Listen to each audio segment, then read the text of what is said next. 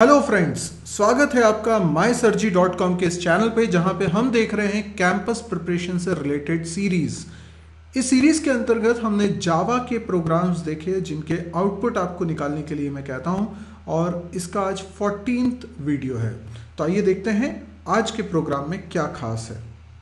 ये रहा आज का प्रोग्राम जिसमें हमने एक एग्जाम्पल नाम की क्लास बनाई हुई है। आप देख सकते हैं इसके अंदर एक मेन फंक्शन है जिसमें एग्जाम्पल क्लास का ऑब्जेक्ट बन रहा है। कंस्ट्रक्टर में एक वैल्यू पास हो रही है। अब 5th लाइन में मैंने एक फंक्शन बनाया एग्जाम्पल नाम का, 8th लाइन में एक फंक्शन बनाया एग्जाम्पल नाम का। दोनों के अंदर एक एक प्रिंटलन मेथड कॉल किया हुआ है। अब आप इसको इत्मीनान से देखिए और नीचे लिखे 4 ऑप्शन में से बताइए कि कौन सा वाला ऑप्शन करेक्ट होगा। मैं इसका एक्सप्लेनेशन दूंगा, इसका सोल्यूशन आपको बताऊंगा, लेकिन आप अभी स्क्रीन को पॉज करके पहले इत्मीनान से इसको एनालाइज कर लीजिए, अपना आंसर निकाल लीजिए और फिर रिज्यूम करिएगा वीडियो को, ताकि आपको पता चले कि इसका सही सोल्यूशन क्या है। आई होप आपने इसको एनालाइज कर लिया, आपका आंसर आ चुका होगा। अब मैं इसका सोल्यूशन आपको बताने जा रहा हूँ। सबसे पहली बात तो यहाँ पर लाइन नंबर 5 और लाइन नंबर 8 में जो 2 अलग अलग फंक्शंस बने हैं, दोनों के नाम हमने रखे हैं एग्जाम्पल। नोटिस करिए यही नाम क्लास का भी नाम है। अब आपको एक कॉन्सेप्ट अच्छे से क्लियर होगा कि अगर आप क्लास के अंदर कोई फंक्शन बनाते हैं जिसका नाम वही है जो क्लास का नाम है, तो वो कंस्ट्रक्टर कहलाता है। लेकिन अगर ऐसा है तो लाइन नंबर 5 और लाइन नंबर 8 में दोनों ही फंक्शंस क्या कहलाएंगे? कंस्ट्रक्टर्स कहलाएंगे। पर एक्चुअल में ऐसा नहीं है। रूल्स थोड़े और डीप में जाके समझने की ज़रूरत है। कंस्ट्रक्टर क्या है? क्या क्लास में जो क्लास नेम के तर्ज पे रखा गया नाम का फंक्शन है वही कंस्ट्रक्टर कहलाता है? नहीं, एक और नियम उस पर लागू होता है। नियम ये है कि कंस्ट्रक्टर का कोई रिटर्न टाइप नहीं होगा। इसका मतलब ये है कि लाइन नंबर 5 में जो फंक्शन बना है एग्जाम्पल नाम का, ये कंस्ट्रक्टर है क्योंकि इसका कोई रिटर्न टाइप नहीं है।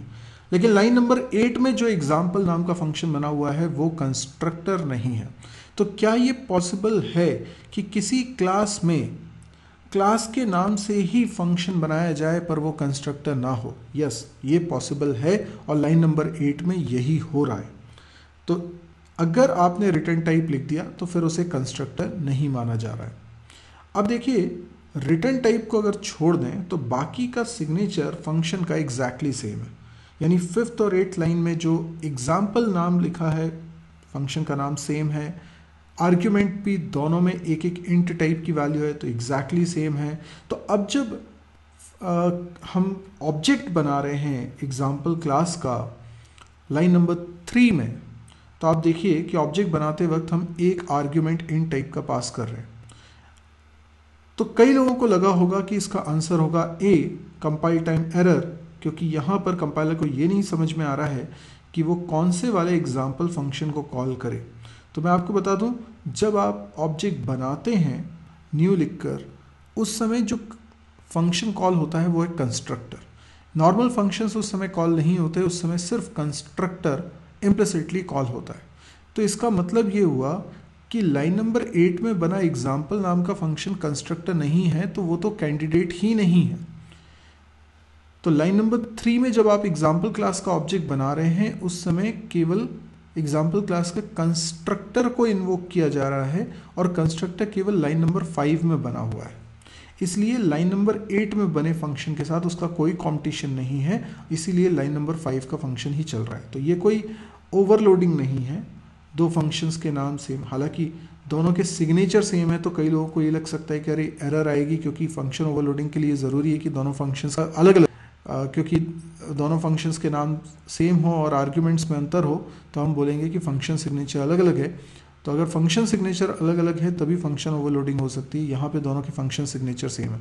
लेकिन हमें इससे ऊपर उठ के एक बात सोचनी होगी कि कंस्ट्रक्टर्स फंक्शंस नहीं होते। कंस्ट्रक्टर को आप फंक्शन मत बोलिए, फंक्शन जैसे लगते हैं वो कंस्ट्रक्टर्स को आप बोलिए कि वो एक अलग तरह का मेंबर है क्लास में। जैसे क्लास में वेरिएबल्स होते हैं, फंक्शंस होते हैं और कंस्ट्रक्टर्स होते हैं। तो लाइन नंबर 5 में जो बना है उसको आप कंस्ट्रक्टर बोलिए, उसको फंक्शन मत बोलिए। और लाइन नंबर 8 में जो बना है उसको आप फंक्शन बोलिए। तो दोनों के बीच में कोई कैंडिडेट को रिजॉल्व करने जैसी कोई बात नहीं होगी, इसलिए एम्बिग्युइटी एरर नहीं आएगी। कभी भी कन्फ्यूजन नहीं होगा कि कौन सा वाला कॉल कर रहे हैं। तो जब ऑब्जेक्ट बनते वक्त कॉल होगा तो कंस्ट्रक्टर ही कॉल होगा, बाद में कभी कॉल करेंगे तो फिर फंक्शन ही कॉल होगा जो लाइन नंबर 8 में। तो अगर मैं object dot ex dot example करके कॉल करूँगा तो लाइन नंबर 8 में बना फंक्शन कॉल होगा। ठीक है, तो फिलहाल ए ऑप्शन तो नहीं है, बी ऑप्शन इसलिए नहीं है क्योंकि ये आउटपुट तब आता जब लाइन नंबर 8 में जो एग्जाम्पल फंक्शन बना है वो चलता। सी ऑप्शन बिल्कुल सही है क्योंकि a इक्वल्स टू 5 यहाँ पर प्रिंट होने वाला है, तो यहाँ कोई एरर नहीं आने वाली है, किसी भी हालत में एरर नहीं आ रही है। तो आई होप आपको समझ में आ गया होगा। अब इसको मैं एक बार कंपाइल रन करके बताता हूँ ताकि आपको प्रूफ मिले जो बात हमने अभी समझी। तो अब मैं प्रोग्राम को कंपाइल कर रहा हूँ, उसके लिए पहले मैं इसको थोड़ा सा जूम कर लेता हूँ ताकि आपको ईजीली दिखाई दे। जावा सी, ओके, जावा सी एग्जाम्पल डॉट जावा। देखिए मैं इसको कंपाइल कर रहा हूँ, कोई भी एरर मैसेज नहीं आ रहा है जो हमारे लॉजिक को प्रूफ कर रहा है कि यस यहाँ पर कोई एरर नहीं है, कोई एम्बिग्युइटी नहीं हो रही है। एक ही कंस्ट्रक्टर बना हुआ है हमारी क्लास में और वही वाला कॉल हो रहा है, उसका कॉम्पिटिशन उस दूसरे फंक्शन से तो है ही नहीं। कंस्ट्रक्टर का कॉम्पिटिशन कंस्ट्रक्टर से होगा, यानी एक से ज़्यादा कंस्ट्रक्टर अगर बनाएंगे तो कंस्ट्रक्टर का कॉम्पिटिशन किसी दूसरे फंक्शन से क्यों होगा, इसलिए एम्बिग्युइटी एरर नहीं आएगी। अब मैं इसको रन करता हूँ, तो रन करने के लिए देखिए a इक्वल्स टू 5 लिखा हुआ आ रहा है जो कि कंस्ट्रक्टर के अंदर की कोडिंग थी। तो आई गेस आपको ये बात अच्छे से समझ में आ गई होगी कि क्यों ये वाला फंक्शन चल रहा है, और ये बिल्कुल पॉसिबल है कि एक फंक्शन का नाम भी एग्जाम्पल रख दें और कंस्ट्रक्टर का नाम तो आपको एग्जाम्पल रखना ही पड़ेगा क्योंकि क्लास का नाम एग्जाम्पल है। अब यदि ये वीडियो आपको पसंद आया है तो आप इसको लाइक करें, शेयर करें और कुछ पूछना है तो कमेंट्स करें, और सब्सक्राइब तो ज़रूर कर लें इस चैनल को ताकि जब भी कोई नया वीडियो मैं पब्लिश करूं तो उसका नोटिफिकेशन आपके पास आ जाए, उसकी जानकारी आपको मिल जाए, तो कोई भी वीडियो आपसे मिस नहीं होगा। और फिर भी अगर मिस होता है तो आप मेरी वेबसाइट mysirji.com को ज़रूर विजिट करें। पहली बात तो ये है कि मेरे एक से अधिक यूट्यूब चैनल्स हैं और उन पर अलग अलग वीडियोज़ रखे हुए हैं, तो हो सकता है जो वीडियो आपको देखना हो वो इस चैनल पर ना मिले, तो आप मेरी वेबसाइट पे जाइए mysirji.com। इस वेबसाइट पे आपको मेरे सारे वीडियोस के लिंक बहुत ही ऑर्गेनाइज्ड मैनर में मिल जाएंगे। आप कोर्स वाइज देख सकते हैं, पूरा कोर्स कर सकते हैं, सी, C++, जावा, PHP, MySQL, Android, Kotlin, JavaScript, DBMS, data structure, बहुत सारे कोर्सेज मिलेंगे आपको। इन कोर्सेज को कर सकते हैं आप, प्रोजेक्ट्स डाउनलोड कर सकते हैं, नोट्स डाउनलोड कर सकते हैं, कैंपस की प्रिपरेशन कर सकते हैं, लाइव सेमिनार्स देख सकते हैं। आपको हर चीज़ की जानकारी इसी साइट पर मिलने वाली है। इसके अलावा आपको बता दूं कि यहाँ पे मैं डेली कम से कम 2 वीडियो अपलोड कर रहा हूँ, तो बहुत ही एक्टिव साइट है। अगर आपको पसंद आए तो आप इसको शेयर ज़रूर करिएगा अपने दोस्तों के बीच में कि इस तरह की एक साइट है। Thank you.